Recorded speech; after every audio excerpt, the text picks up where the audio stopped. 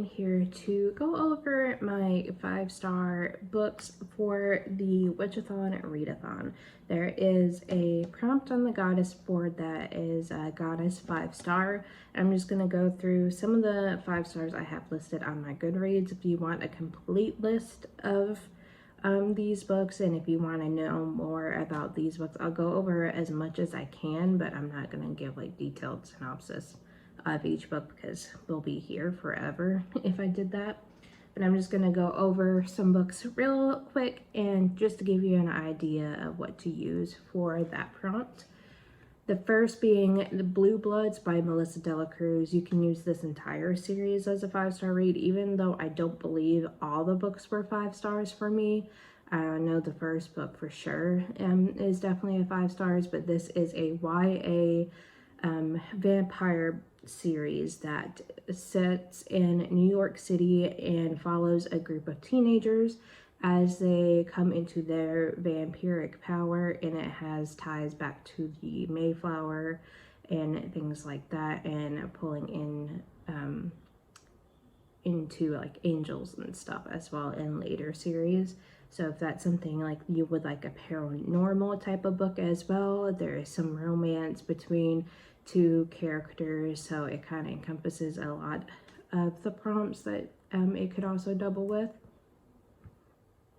Then if you are also needing a crafty book, the book by Stephanie Pearl McPhee, Cast Off, The Yarn Harlot's Guide to the Land of Knitting. This is Stephanie Pearl McPhee is a knitting blogger that I have been following for years now. I had originally first read this book, I think years ago.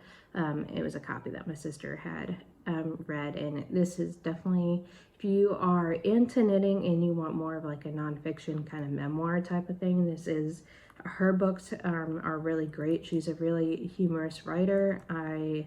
I can spend like hours on her blog just reading her post, and I follow her on Instagram as well as a Yarn Harlot. But yeah, she's one of my favorites. Then we have the Protector of the Small series by Tamora Pierce and Song of the Lioness series, also by Tamora Pierce.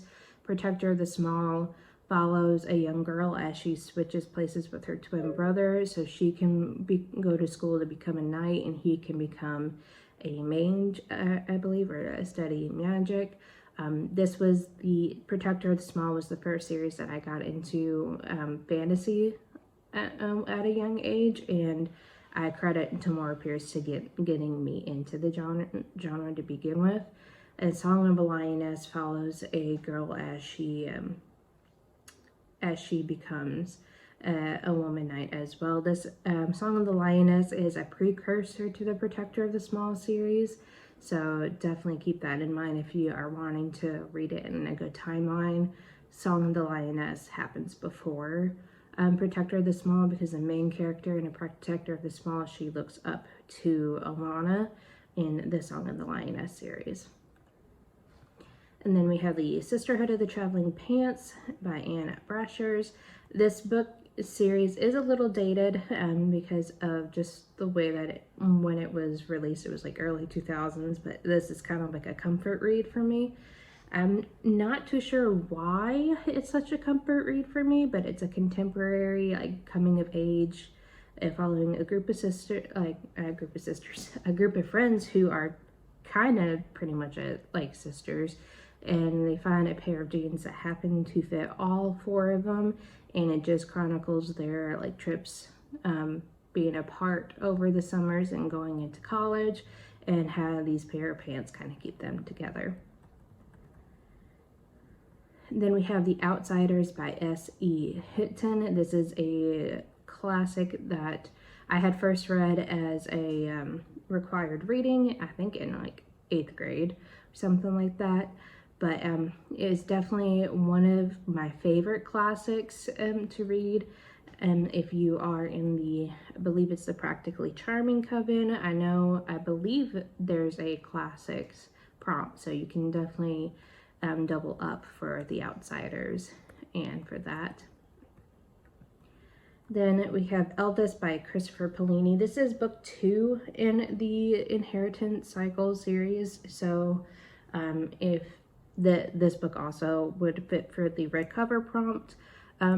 Aragon is a good book. I can't remember if I had given Aragon 5 stars, but it's just popping up on Goodreads as a 5-star read for Eldest. You do have to read these in order because of the way that this series is. So I definitely recommend checking out Aragon before you get to Eldest. But if you happen to have read Aragon in the past, you can go ahead and read Eldest.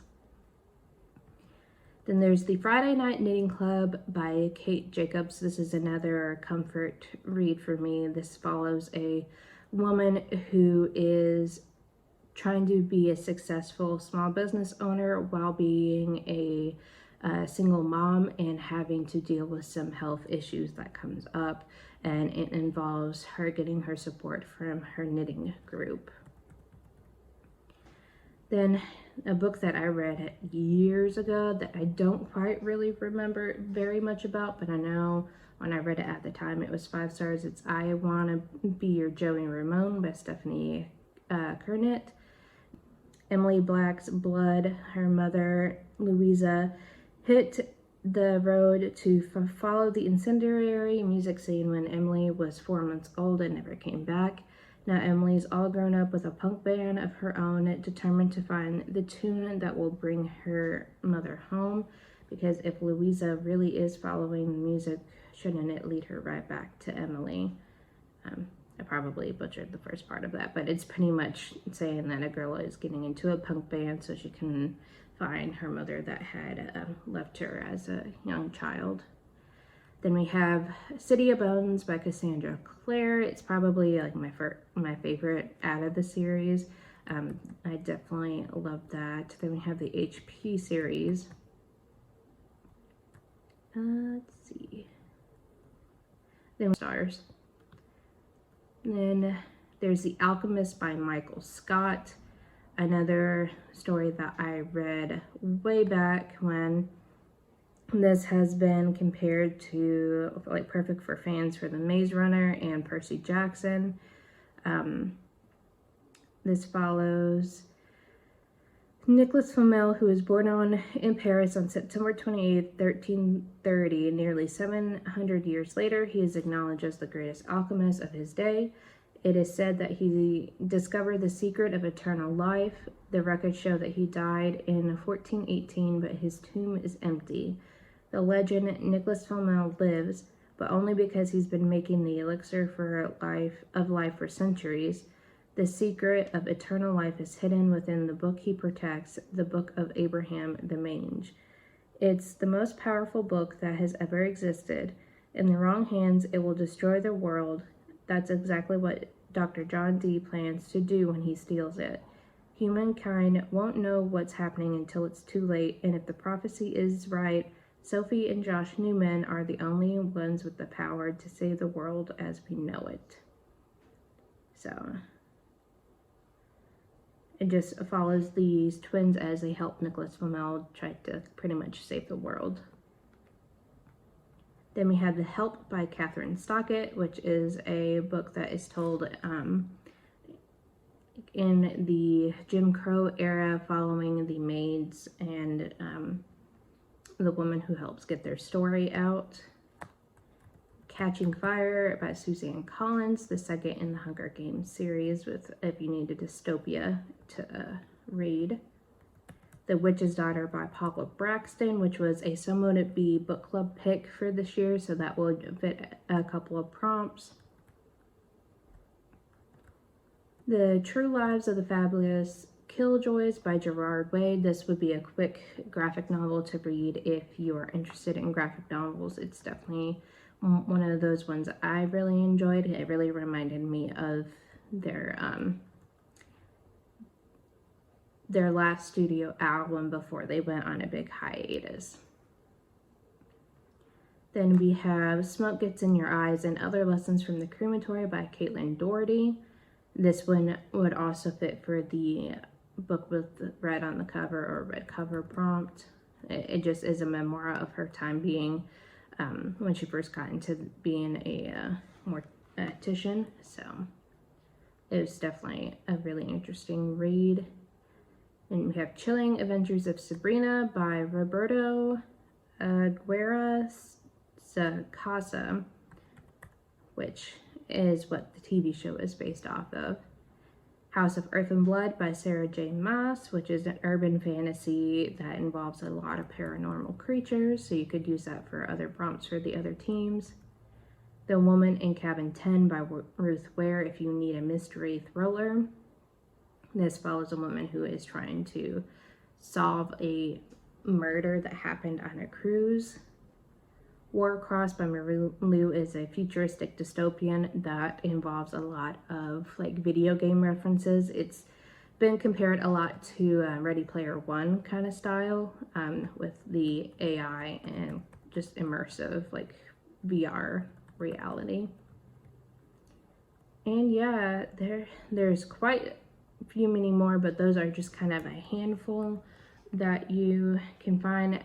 As I said, if you are wanting more of an in-depth list of the books that I gave 5 stars, definitely check out my Goodreads, because there are a ton more on my Goodreads that I don't really think I can give justice at this point in time. But yeah, those are just some of the books that are my 5-star reads. Let me know in the comments below if you read any of these books and if you are participating in Witchathon. Like this video if you enjoyed it, and subscribe to keep up to date with any videos I come out with in the future. Bye guys.